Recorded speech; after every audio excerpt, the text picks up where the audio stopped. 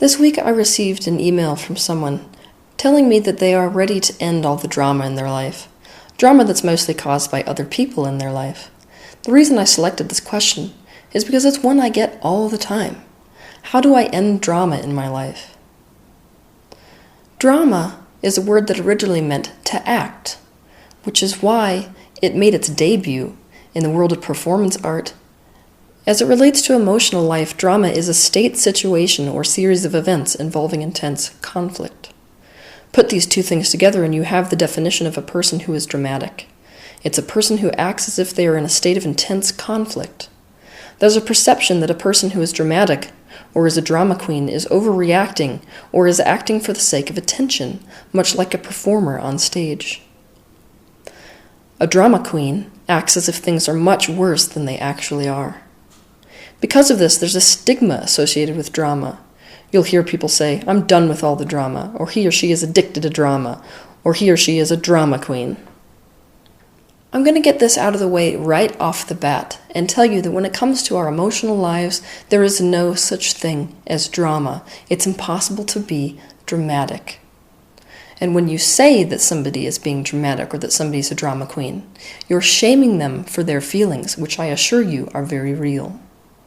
No one overreacts. There has never been a person on earth who has ever overreacted to anything. The reason is we are always acting in perfect accordance with the reality that we alone are perceiving. And the reality that we perceive is not the same. For example, let's pretend that you're married and that you have the tendency of forgetting to wear your wedding ring. You left it on the counter after you got out of the shower and forgot to put it back on. Now let's pretend that your spouse gets really upset about it and spends the next 20 minutes vacillating between crying and yelling at you about it. You may look at your spouse and think, this person is really dramatic. After all, you're still married to them. You still love them. It's just a ring. All you did was forget to put it back on. Your perspective is that your spouse is either acting for the sake of attention or is overreacting and thinking the situation is worse than it actually is. But let's jump into your spouse's perspective for a minute. Let's pretend that your spouse is attached to wedding rings as a visual symbol of love. When you forget about your wedding ring, their reality looks like this. My partner has forgotten me or doesn't love me. This can be compounded if negative memories are involved. Let's pretend that your spouse was married once before and came home to an empty house with their ex-spouse's wedding band left on the countertop after they left for good. They now associate a wedding ring left on the counter with being left entirely. So the only reason they seem dramatic is because you do not recognize that right at this moment, you are living in two different realities. You are living in a reality where you forgot to put on a piece of jewelry because you took a shower. They are living in a reality where you don't love them anymore and are going to leave them. Now, does their reaction seem so dramatic anymore? No, it seems perfectly called for. You'd most likely react the same way if you thought you were unloved and were going to be left by your spouse. To tell someone to get a reality check, or to be reasonable, is to ask them to conform their perspective to your perspective. Now, it's true that sometimes offering someone your perspective will help them to feel better, but it doesn't necessarily mean that your perspective is true. Truth is a subjective experience. When someone is acting as if a situation is worse than you think it actually is, that means that the situation they are imagining is worse than the situation you are imagining. It means that the meaning they have assigned to a situation is more painful than the meaning that you have assigned to a situation. Everyone acts perfectly in accordance with the reality that they are perceiving. Once you realize that, you won't have the resistance you have to the way that other people act. You will stop minimizing and invalidating their feelings. You will stop treating them as if they are acting. It will no longer seem like people are overreacting, and most importantly, you won't take their behavior so personally.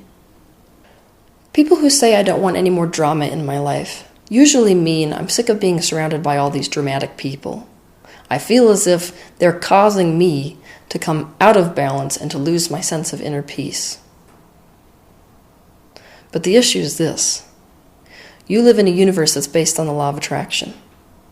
If you're sick of being surrounded by dramatic people, you are unwilling to admit to the fact that the drama is actually within you. So the major question is, what within me is being mirrored through other people? The truth is, if I experience conflict with other people, I have conflict within myself. I am at war with me. If you are surrounded by drama, it will be tempting to try to cut all of the people who cause drama in your life out of your life. But this is an action step. It's an action step which will do no good, because the minute you cut those dramatic people out of your life, the void where they used to be will be filled by more dramatic people, because you're failing to recognize the fact that you're attracting them into your experience. You're attracting conflict into your life.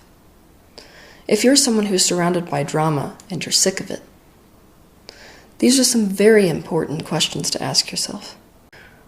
Am I a chronic worrier? Do I tend to go to the worst case scenario?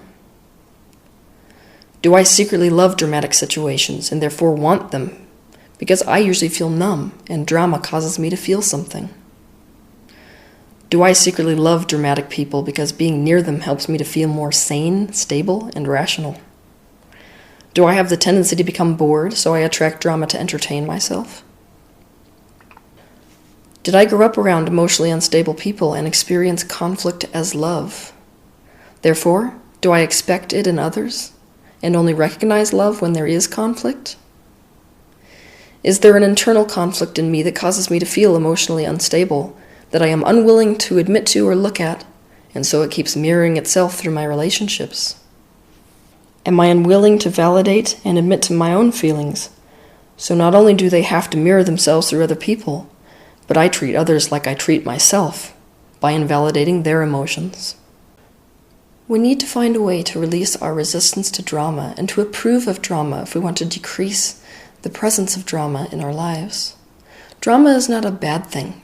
Drama is contrast, and contrast fuels expansion.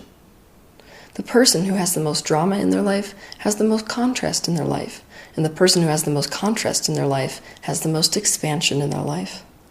And no one deserves to have their feelings invalidated by being told that they are being dramatic. Most likely, if you invalidate other people's feelings by telling them that they are being dramatic, you have learned over the course of your life to invalidate your own feelings. You impose this expectation on others as a result of it. Even though you wish you didn't feel how you really feel, it is time to admit to how you truly feel and to not be ashamed of how you really feel. Feeling deep levels of shame is the reason why you want to invalidate the way that you feel. It's also the reason why you want to invalidate the way that other people feel. But you need to know that no one overreacts. Not even you. It's impossible to overreact. Everyone only ever reacts in perfect accordance to the perspective and the reality which they themselves perceive. Have a good week.